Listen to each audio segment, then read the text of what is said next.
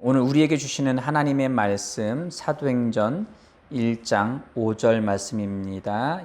함께 한 목소리로 읽겠습니다. 요한은 물로 침례를 베풀었으나 너희는 몇 날이 못되어 성령으로 침례를 받으리라 하셨느니라. 아멘. 아멘. 오늘 말씀의 제목은 요한의 침례와 성령 침례입니다. 이제 예수님이 십자가에 못 박혀 죽으셨고 부활하셨고 제자들은 나타나셨으며 그리고 40일 동안 이 땅에 그 사실들을 증거하시다가 승천하셨습니다. 승천하시면서 예수님 이제 승천하시기 전에 예수님께서 바로 제자들에게 이제 말씀을 하십니다. 그래서 이 중요한 시점에 예수님께서 당부의 말씀하시죠. 5절 말씀에 요한은 물로 침례를 베풀었으나 너희는 몇 날이 못되어 성령으로 침례를 받으리라. 예수님께서 3년 반 동안 수많은 사역들을 하셨습니다. 수많은 병자도 고치시고 죽은 자도 일으키시면서 수많은 사역들을 하셨는데 왜 이 중요한 시점에 왜 요한의 침례와 성령의 침례에 대해서 거론을 하셨을까요? 오늘 이 부분을 가지고 한번 말씀을 살펴보기를 원합니다. 요한의 침례가 뭐죠? 요한의 물 침례를 이야기하죠. 우리 마태복음 말씀 보실까요? 3장 6절에서 12절까지 말씀을 조금 길지만 함께 보도록 하겠습니다. 자기들의 죄를 자복하고 요단강에서 그에게 침례를 받더니 요한이 많은 바리새인들과 사두개인들이 침례를 베푸는 대로 오는 것을 보고 이르되 독사의 자식들아 누가 너에게 임박한 진노를 하더니 8절입니다. 그러므로 회개에 합당한 열매를 맺고 속으로 아브라함의 우리의 제사를 생각지 말라. 내가 너에게 이르노니 하나님이 능히 이 돌들로도 아브라함의 자손이 되게 하시리라. 이미 도끼가 나무 뿌리에 놓였으니 좋은 열매를 맺지 아니하는 나무마다 찍혀 불에 던져지리라. 나는 너희에게 하기 위하여 물로 침례를 베풀거니와 내 뒤에 오신 이는 나보다 능력이 많으시니 나는 그의 신을 들기도 감당하지 못하겠노라. 그는 성령과 불로 너에게 침례를 베푸실 것이요 같이 읽습니다. 손에 키를 들고 자기의 타작마당 알곡을 모아 곳간에 들이고 쭉정이는 꺼지지 않는 불에 태우시리라. 아멘. 예수님보다 6개월 먼저 태어났던 이 침례 요한이 예수님의 사역을 시작하는 시점에서의 길을 예비하는 사람이었습니다. 먼저 가서 준비하는 어떤 유대인들의 하나님으로부터 떠난 유대인들의 그 마음을 하나님께로 돌이키는 일들을 요한이 그 사역을 감당을 했습니다. 그때 처음 한 것이 뭐냐? 물로 침례를 준 거예요. 이 침례는 여기 이제 우리 보통 개역 개정판 성경에는 세례라고 돼 있잖아요.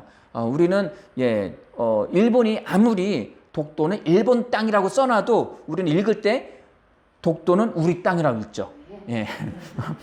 아무리 잘못 써놔도 우리는 바른 진리를 알기 때문에 우리는 똑바로 읽습니다. 세례는 물을 머리에 이렇게 찍어 바르는 거예요. 예수와 함께 이렇게 죽고 예수와 함께 살아난다는 의미를 머리에 물로 찍어 바르는데 그것은 올바른 표현이 아니고요. 원어로 하면 밥티죠. 물로 휩쓸다, 물쓰레, 밥티 그래서 물에 잠그다. 그래서 물속에 완전히 잠기는 거예요. 그래서 세례라는 표현이 아니라 정확하게 번역해서 침례라고 표현하는 것이 더 정확합니다. 우리는 성경적으로 합니다. 여하튼 간에 침례 요한이 침례를 줍니다. 별명이 붙은 거죠. 요한 예수님의 사촌 형이었는데 그가 침례라는 것을 물속에 사람들을 잠그고 하니까 저 사람 침례 요한이다 라고 별칭을 붙인 건데 6절 말씀에 보니까 자기들의 죄를 자복하고 3장 2절에 회개하라 천국이 가까웠다라고 침례 요한이 선포하기 시작하니까 사람들이 자기의 죄를 자복했어요. 자백했다. 시인했다. 이게 자복했다는 말이 그러니 시인했다. 고백했다.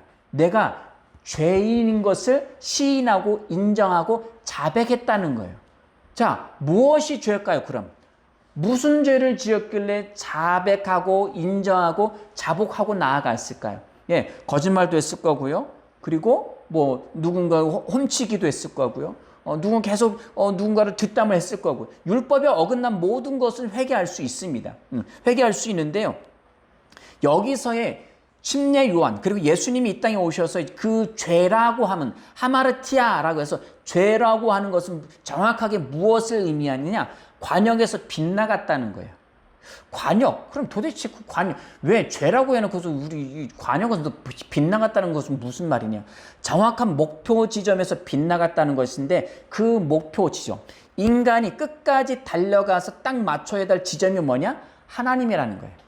하나님을 만나고 하나님의 목표한 대로 하나님의 생명으로 하나님의 목표한 대로 끝까지 갔어야 되는데 화살을 날려서 딱 정확하게 목표에 맞췄어야 되는데 그게 빗나갔어요. 왜냐하면 이 화살이 무슨 화살이냐? 원격 조정이 아니라 원격 살아있는 화살이에요. 자율 조종, 자율 의지를 갖고 있는 요즘 뭐 그 스마트 뭐 이렇게 미사일 같은 거 많잖아요. 그래서 그 미사일에 레이더 같은 게 달려가지고 어디 방향을 쏘든지 알아서 목표 지점을 향해서 갑니다. 하나님이 인간에게 자율적으로 하나님을 향해서 날아오도록 설계하셨어요. 시스템상 못 벗어나도록 설계해 놓은 게 아니라 자율적으로 나만 섬겨. 나를 향해서 와야 돼. 내가 만든 너에게 준 생명은 나와 연결되는 생명이야. 라고 주셨는데 그것이 스스로 부정했어요. 스스로 배신하고 스스로 인정하지 않아서 하나님으로부터 빗나갔다. 하나님으로부터 떠났다. 이것을 죄라고 합니다. 우린 죄 하면은 도덕적인 걸 먼저, 윤리적인 걸 먼저 생각하죠. 그래서 그 도덕적인 윤리적인 생각이 하다 보니까 이게 잘 이해가 되질 않아요. 그러나 하나님의 원래 인간을 만들어 놓은 목적은 하나님과 교제하고 하나님의 생명으로 아들과 자녀로서의 깊은 생명의 교제를 나눈 것이었어요. 그런데 아담이 그것을 계약 관계를 떠났어요. 파기해 버렸어요. 지난주에 아브라함과 하나님이 언약 관계를 하시면서 뭐라고 했죠? 예, 양들 그리고 순양들을 3년 된 것들을 둘로 쪼개 놓았다고 했죠. 쪼개 놓고 그 사이를 지나갔다고. 누가? 아브라함과 하나님이요? 아니요. 하나님만 홀로 횃불이 되어서 지나가셨어요. 아브라함 깊은 잠에 속에서 재워놓으시고. 왜? 인간은 그것을 지킬 수, 타락한 하나님을 떠난 존재는 하나님과 약속을 지킬 수가 없어요. 지킬 수가 없어요. 단 한 번이라도 어긴 거.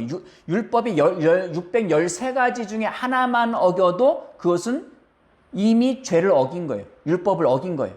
그럼 율법이 있기 전에 이미 사람은 하나님을 부인해서 약속을 떠난 존재들이에요. 타락한 존재들이에요. 그래서 로마서 6장 23절 말씀에 보니까 죄의 싹은 사망이다 라고 되어 있어요.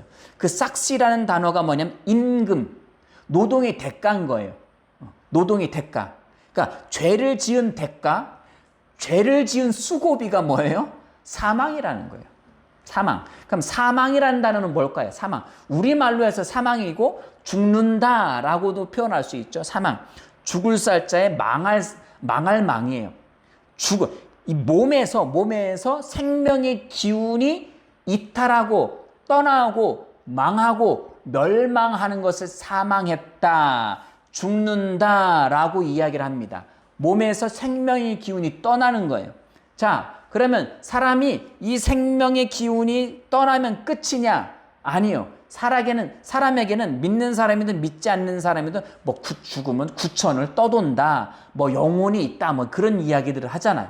그것처럼 사람의 이 몸에서 영혼이 떠날 뿐이에요.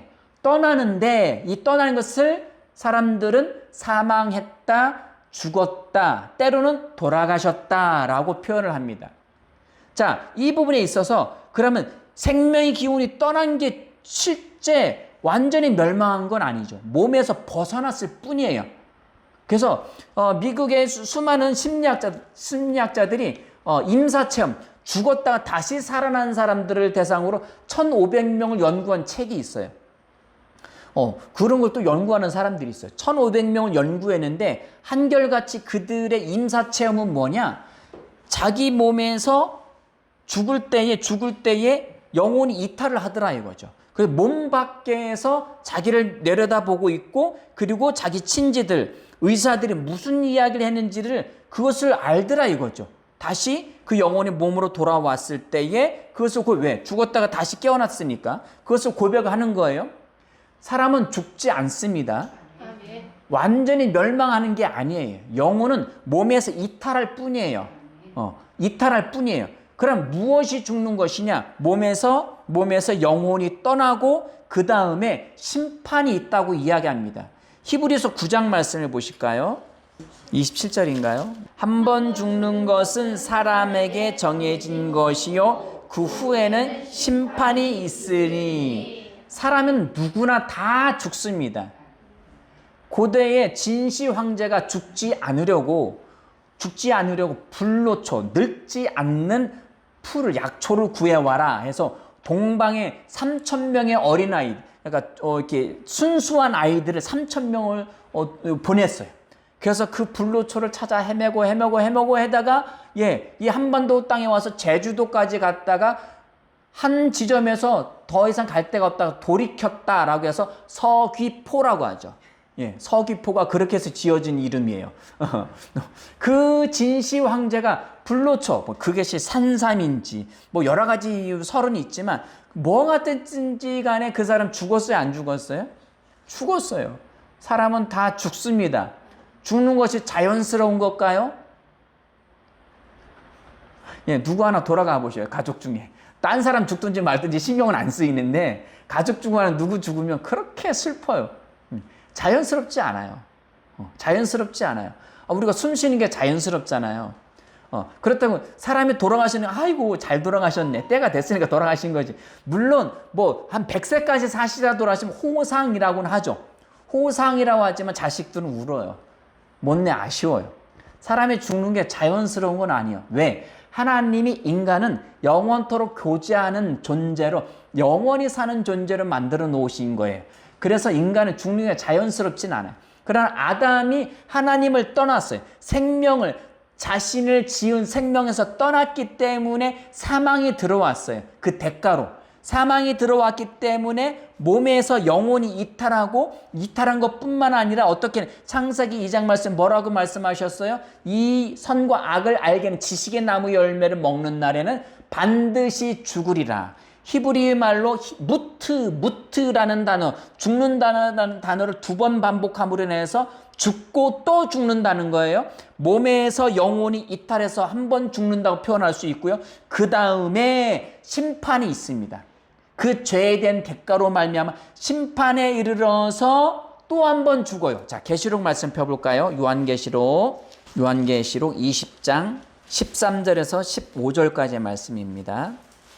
바다가 그 가운데서 죽은 자들을 내주고 또 사망과 음부도 그 가운데서 죽은 자들을 내주매 각 사람이 자기의 행위대로 심판을 받고 사망과 음부도 불못에 던져지니 이것은 둘째 사망 곧 불못이라. 누구든지 생명책에 기록되지 못한 자는 불못에 던져지더라. 아멘. 사람이 어떤 모습으로 죽든지, 바다에 빠져 죽든지 불에 타서 죽었든지 어떤 형태로 죽었든지 사망과 음부도 그 가운데서 죽은 자들 내주매. 영혼이 다시 돌아온다는 거예요. 영혼이 다시 돌아온다는 거예요. 그래서 음부도 내주매 각 사람이 자기의 행위대로 무슨 일을 했는지에 대해서 그 대가를 치른다는 거예요. 자, 세상에 수많은 종교들이라고 있습니다. 종교는 뭐라고 했죠? 종교는 죽은 신이에요. 사탄이 인간을 속여서 하나님을 찾고자 하는 그 갈망에서 빗나가서 사탄의 속임에 빠져서 뭔가 거짓 신을 섬긴 거예요. 그것이 종교예요. 자, 그 종교들 중에 여러 가지 종교들은 한결같이 뭐라고 이야기하느냐? 죽음 다음에 내세가 있다고 해요. 그래서 착한 일을 하면 좋은 곳에 가고 나쁜 일을 하면 지옥에 간다고 해요. 자, 종교는 인간의 영에 대한 다룸이에요. 그렇기 때문에 내세, 죽음 이후에 뭔가 있는 것을 인간은 그것을 알아요. 느끼고 있어요. 그렇기 때문에 행위에 따라서 심판을 받는다고 이야기를 합니다. 자, 그러면서 14절입니다. 14절. 사망과 음부도 뭐 한다고요? 불못에 던져지니. 사망과 음부도, 예, 죽음의 권세도, 그 음부도 그 지옥이란 뜻인데, 그것도 뭐예요? 불못에 던져진대요. 자, 불교에서도 죄를 지은 사람 어디 가요? 예, 불못에 가잖아요. 그죠? 그런 것처럼 이게 성경 안에서 사탄이 인간을 속여서 그런 거짓 진리들을 이야기는 하지만 죽은 내세 이후의 세상에 대해서는 비슷하게 이야기를 합니다. 비슷하게 이야기하는데 뭐라고 이야기했어요? 사망과 음부도 불못에 던져진다는 거예요. 이것이 둘째 사망이라는 거예요. 결국 영혼은 죽지 않습니다. 예수 믿고 죽던, 예수 믿지 않고 죽던 영혼은 죽지 않고 사라지지 않아요. 아멘? 이 영혼은 끝까지 있어요. 이것이 몸에서 한 번 이탈하는 것을 첫 번째 죽는다, 사망이다, 돌아가셨다라고 표현하고요. 두 번째 사망이 영원한 지옥불에 들어가서 영원히 거기서는 하나님께로 돌이킬 수 없어요. 다시 뭐 이게 회개하고 자시고도 없어요. 영원히 끝나요. 영원한 단절 속에서 영원히 고통당하고 그 지옥 불구덩이에서 죽고 싶어도 죽을 수 없는 그 상태를 둘째 사망이다라고 이야기를 합니다. 자, 하나님으로부터 벗어났던 생명이 죄의 값은 사망이라는데 그렇게 첫 번째 인간의 몸에서 이탈하고 그 다음에 두 번째 영원한 지옥불에 들어가야 되는데 예수님이 내 죄를 위해서 십자가에 못 박혀 죽으셨다는 사실을 믿고 예수님을 나는 죄인입니다. 예수님을 내 인생의 내 삶의 주인으로 모셔드립니다. 라고 믿는 순간 나의 옛살 아담으로부터 물려받았던 하나님과 단절되었던 그 사망의 영은 순식간에 분리되어져서 예수와 함께 죽습니다. 아담의 생명은 구원받을 수 없어요. 아담의 생명은 죄의 값으로 사망해야 돼요. 그것 때문에 예수님 대신 십자가에 못 박혀 죽으셨는데 인간의 영혼은 순식간에 분리해서 혼과 영을 분리해서 그 아담의 타락한 영을 받았던 그 생명이 진짜 생명이 예수와 함께 죽습니다. 그 다음에 예수님이 죽은 지 3일 만에 죽은 자 가운데 다시 부활하신 그 새로운 생명, 부활 생명이 내 심령 안에 오게 됩니다. 이것을 거듭났다, 예수 믿는다라고 표현을 하는 거예요. 자, 요한의 침례는 무엇을 의미하느냐? 정결 예식이에요. 정결 예식인데 나는 죄인입니다. 나는 가망 없는 죄인입니다. 라고까지 인정하는 거예요. 그것만으로는 부족해요. 그것만으로는 될 수 없어요. 더 중요한 것은 무엇이냐? 성령 침례를 받아야 돼요. 성령 침례는 무엇이냐? 예수님과 함께 죽고 예수님과 함께 다시 부활하는 거예요. 물은 단순한 씻는 거예요. 정결 예식. 그래서 이스라엘 백성들이 뭔가 범죄를 했을 때 양을 끌고 염소를 끌고 와서 성소 앞에서 양을 잡고 그리고 성소를 들어가기 전에 물두멍에서 손발을 씻습니다. 정결 예식이에요. 그냥 씻는 것 뿐이에요. 그러나 죄 지는 인간은 거기 있잖아요. 보통 우리는 뭐 이렇게 그 죄수들이 나 그거 손 씻었어. 손 씻었다고 하지만 계속 옆에 가서 이제 야, 요번 한 건 큰데. 이거 너무 아깝지 않아? 요거 한번 하면은 인생 필 수 있어. 너 가족 중에 누구 아픈 사람이 있다며. 이러면서 저 한 사람 꼬시면 그래 한 번만. 요거 한 번만 하고 손 씻자. 씻는 거는 잠깐이에요. 요한의 침례도 마찬가지예요. 그것은 회개의 침례예요. 마음이 돌이킨다. 죄를 자백해서 마음이 돌이키는 거예요. 이것은 예수를 믿는 데 아주 중요한 역할을 합니다. 중요한 역할을 하지만 이것을 계속 회개만 하고 앉아있다고 해서 구원받는 게 아닙니다. 예수를 믿기 위해서 나는 죄인입니다. 하나님으로부터 떠났어요. 특별히 큰 죄를 짓지 않았다 하더라도 난 태어나서 죄를 지은 적이 없는데요. 그럼 그 사람은 안 죽습니까? 산속에서 수십 년 동안 돌을 닦고 있으면 그 사람은 안 죽나요? 그 사람도 죽어요. 그 죽음을 아주 미묘하게 포장을 하죠. 예쁘게 포장을 해요. 예쁘게 포장했는데 똥을 포장하는데 똥이 아닌가요? 죽은 사람을 아무리 예쁘게 포장한들 그게 관이 아닌가요? 그건 변하지 않아요. 근데 예쁘게 포장을 어떻게? 이 사람은 앉아서 죽었대. 앉아서 죽었고 그 사람을 불러 태웠더니 돌이 나왔대. 하얀 돌이. 그걸 살이라고 하죠. 예. 그래서 그 사람은 뭐 이게 거룩한 뭐 이런 것처럼 이야기하지만 그건 포장일 뿐이에요. 예수님이 우리 죄를 위해서 십자가에 못 박혀 죽으실 때 내가 예수님 믿으면 아담의 타락한 생명 예수와 함께 나도 거기 죽은 거예요. 아멘? 아멘. 그리고 부활 생명이 내가 느끼지 못해요. 영은. 내가 느낄 수가 없어요. 부활 생명이신 예수의 생명이 내 영의 자리에 와서 딱 하고 끼워져요. 건전지를 끼듯이. 딱 하고 끼워지는데 나는 알 수 없어요. 나는 인식할 수가 없어요. 어떻게 아느냐? 성경이 이야기하는 것 뿐이에요. 그래서 성경이 말하는 것은 믿는 것이 믿음입니다. 믿음 따라서 하시겠습니다. 믿음이란 말씀에 설득되고 말씀에 반응하는 것이다. 아멘. 그래서 성경 말씀을 믿고 내가 예수와 함께 죽었구나. 우리 로마서 말씀 보실까요? 로마서 6장 말씀입니다. 6장 3절 4절 말씀 보시겠습니다. 무릇 그리스도 예수와 합하여 침례를 받은 우리는 언제 합했어요? 우리 예수 본 적도 없어요. 그냥 믿음으로 하나 되어지는 거예요. 믿음으로 하나 되어지는 거예요. 자, 예수 합하여 침례를 받은 우리는 그 다음 읽습니다. 그의 죽으심과 합하여 침례를 받는 줄을 알지 못하느냐. 믿는 순간 예수와 합해져서 예수와 함께 죽었습니다.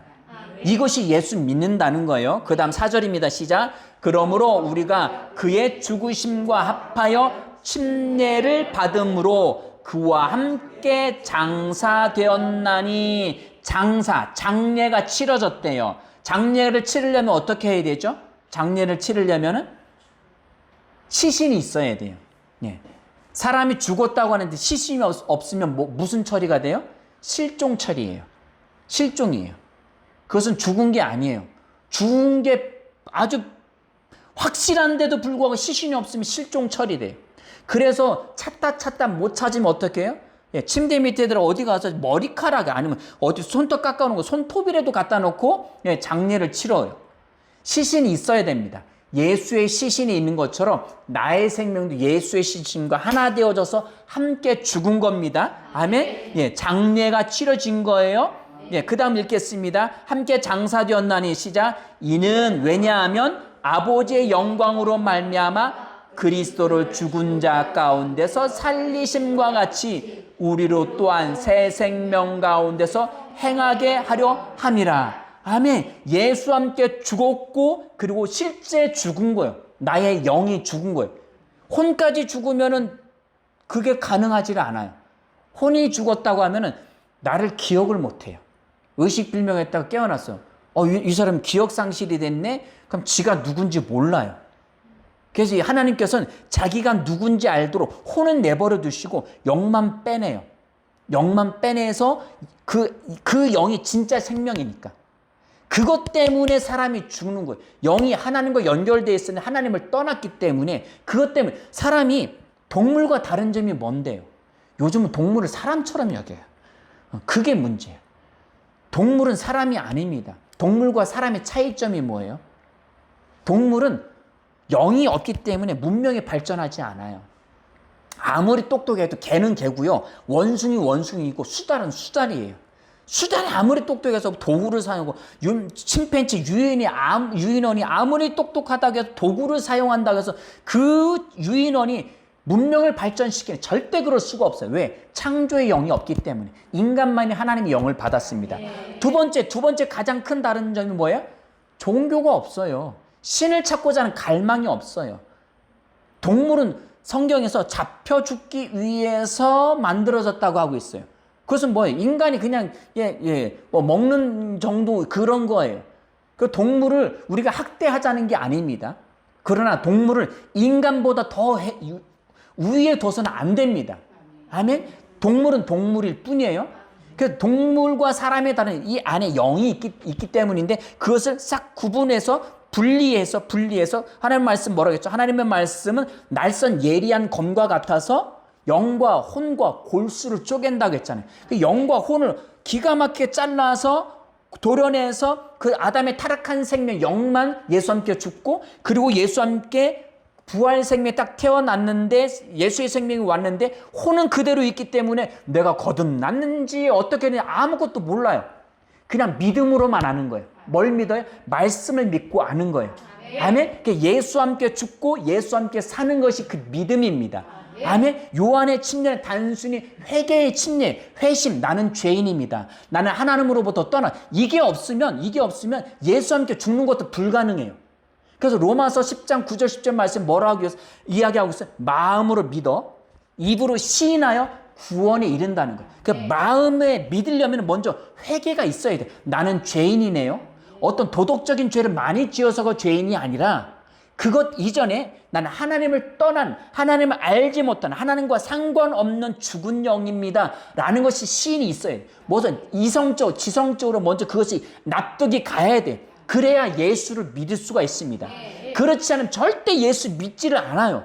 절대 예수 믿을 수가 없어요. 뭐 이성적인 동의가 있어야 돼. 나는 예수를 떠났고 예수로부터 떠난 죽은 영입니다. 그래서 예수가 나의 구원자로 필요합니다. 이것이 인정이 되어야 됩니다. 이것이 요한의 침례예요. 이것이 회심, 돌이킨다는 거예요. 그 다음에 두 번째가 성령의 침례인데, 이것은 뭐예요? 예수를 주로 고백하는 겁니다.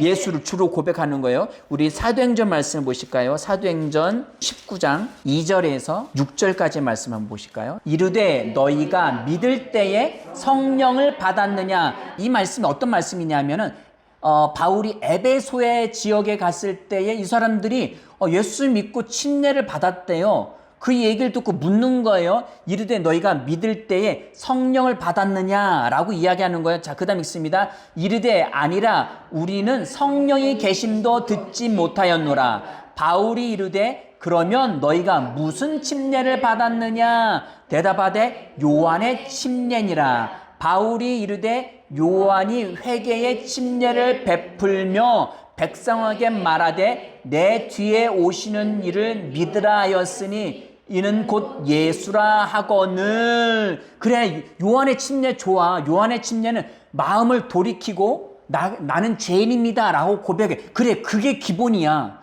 그런데 성령을 못 받았다는 거 보니까 그 다음에 더 중요한 게 있어. 그거 다음에 두 번째가 있는데 그게 뭐냐? 내 뒤에 오시는 이를 믿으라 하였으니 이는 곧 예수라 하거늘. 요한이 물로 침례를 줘서 나는 죄인입니다라고 고백하게 한 이유가 있는데, 그 내 뒤에 침례 요한의 뒤에 오는 예수를 믿게 하려고 그걸 줬다는 거예요.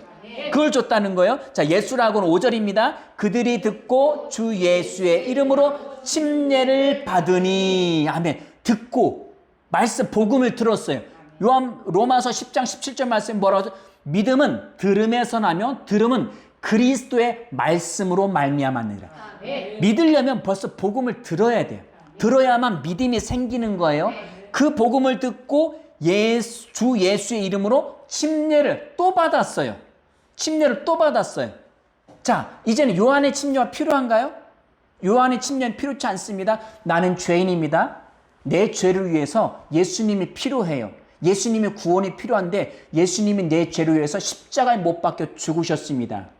그리고 예수님이 부활하실 때 나도 부활했습니다 라고 믿으면 침례를 받습니다. 이것이 요한의 침례가 더 이상 이제 필요치 않은 일이에요. 요한의 침례는 율법적인 것, 죄를 깨닫게 하는 거예요. 율법을 주신 이유는 로마서 3장 20절 말씀에 죄를 깨닫게 하려고 주셨다고 하셨어요. 요한의 침례는 율법적인 거예요.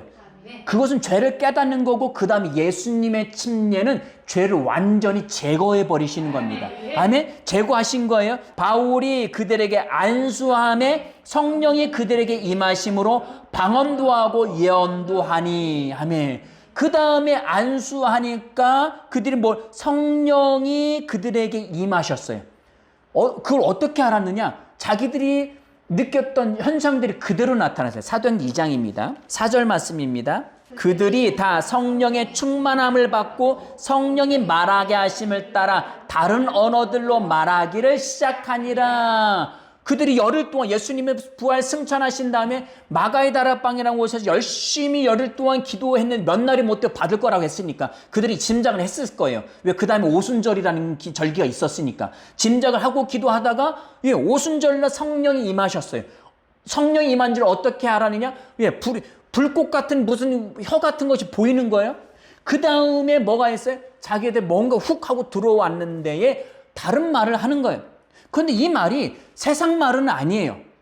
언어학적으로 맞는 말은 아닌 것 같아요.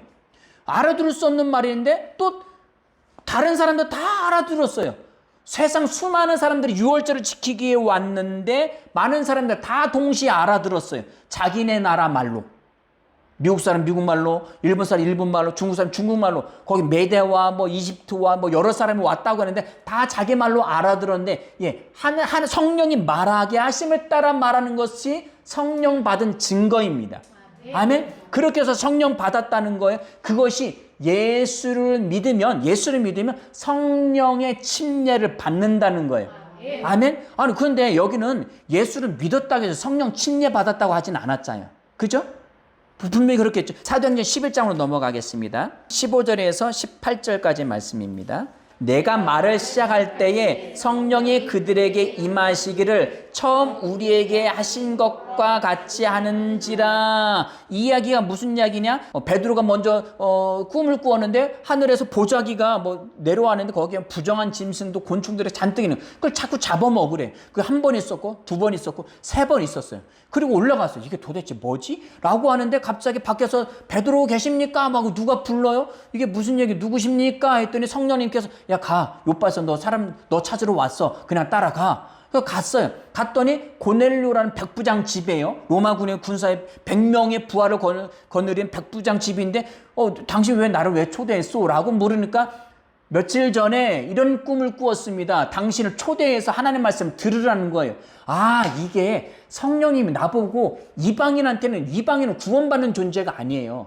유대인만 구원받는 존재지. 그런데 이방인에 가서 복음을 전하는 거구나. 예수님이 우리 유대인뿐만 아니라 온 세상 사람들, 하나님을 떠난 모든 사람들, 죄인들, 죽은 사람들을 위해서 십자가에 못 박혀 죽으셨다는, 그리고 죽으셨을 뿐만 아니라 부활하셨다는 소식, 복음을 전했어요.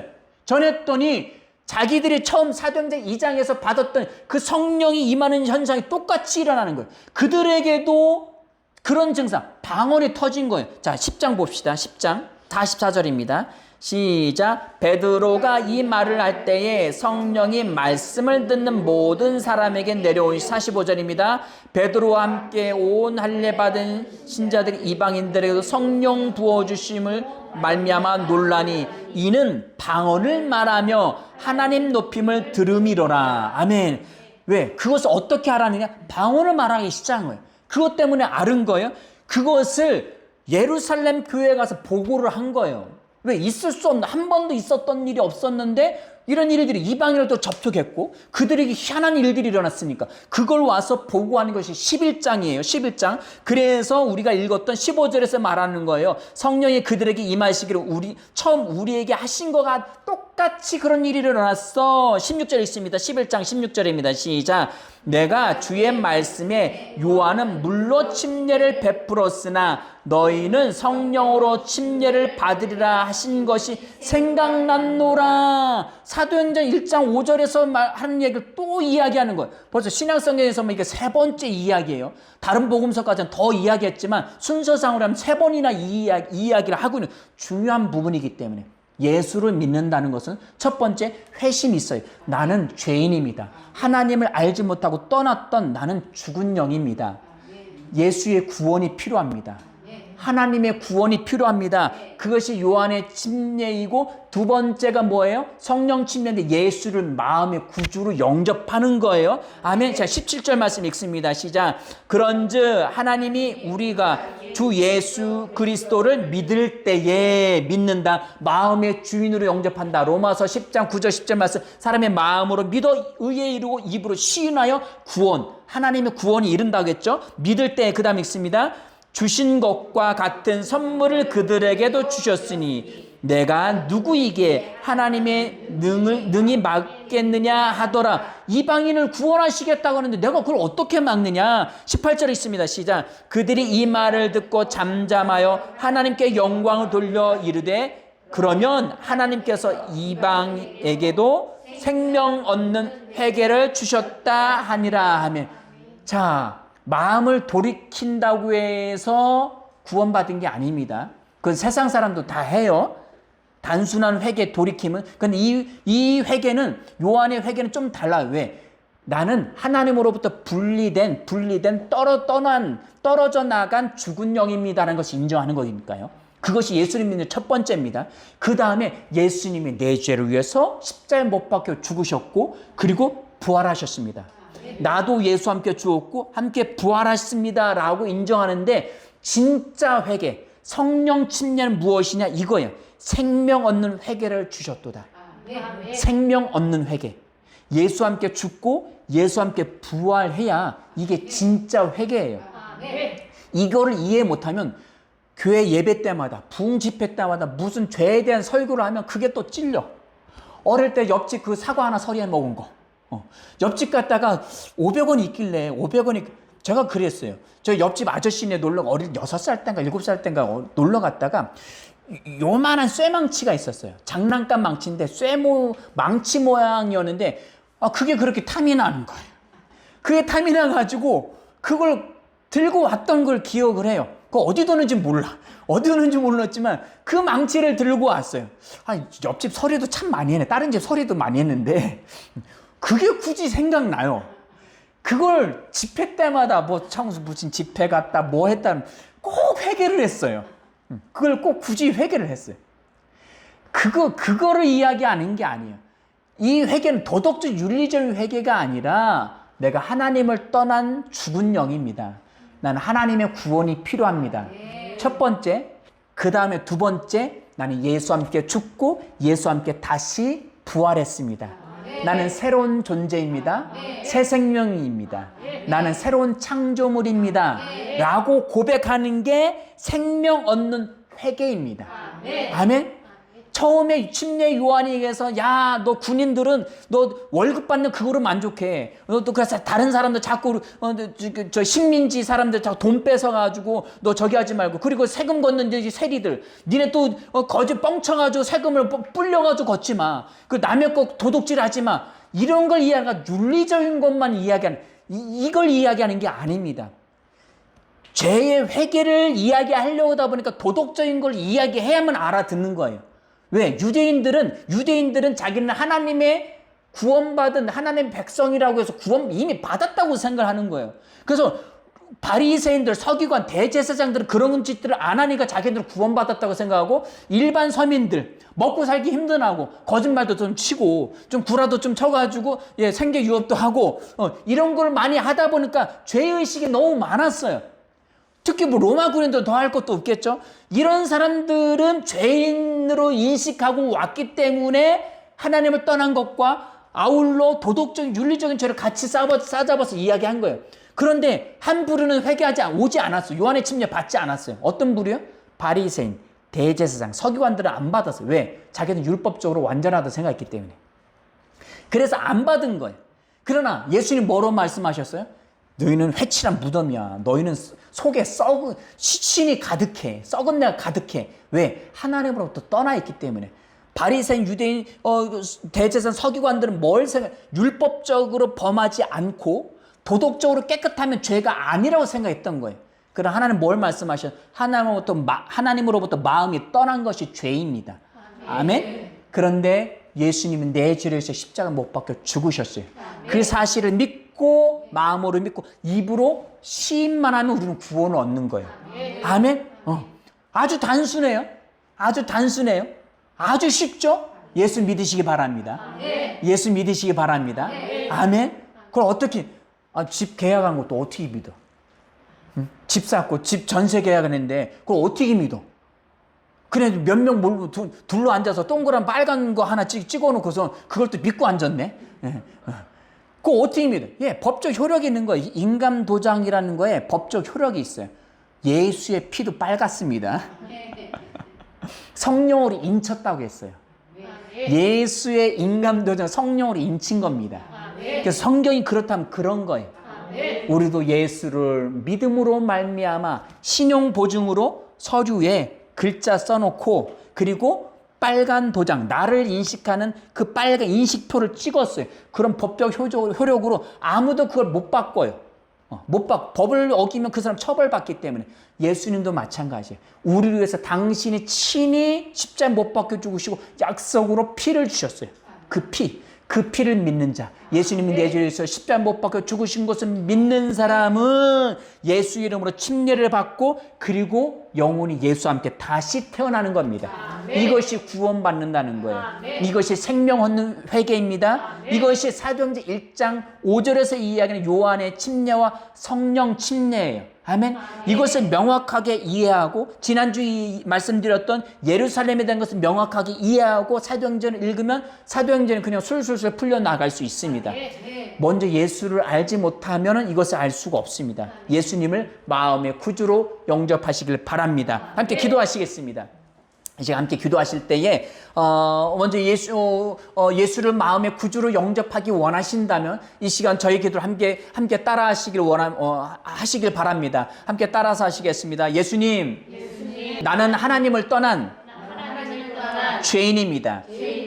하나님의 생명으로부터 영원히 분리되었습니다.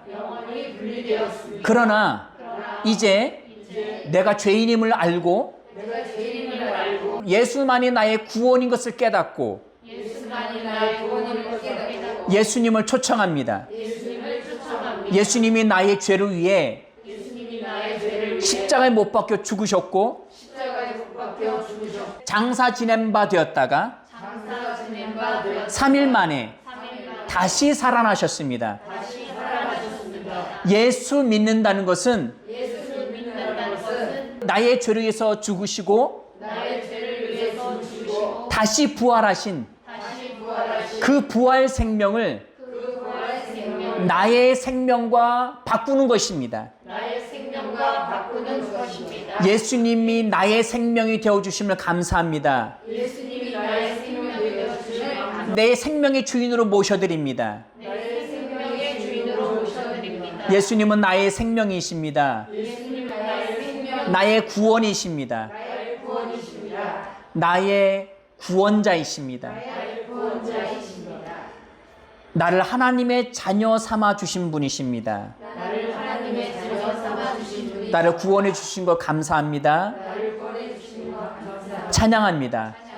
예수 믿는 나는 이제 새 생명 얻었습니다. 다시 태어났습니다. 하나님의 생명을 가졌습니다. 새로운 피조물이 되었습니다. 나를 구원해 주신 것 감사합니다. 그리고 내 마음 가운데 성령님을 모셔드립니다. 성령님을 모셔드립니다. 나도 초대교회처럼 성령님을 모셔드렸기에 방언을 할 수 있습니다. 나를 구원해 주신 것 감사합니다. 예수의 이름으로 기도합니다. 제가 기도하겠습니다. 주님 감사합니다.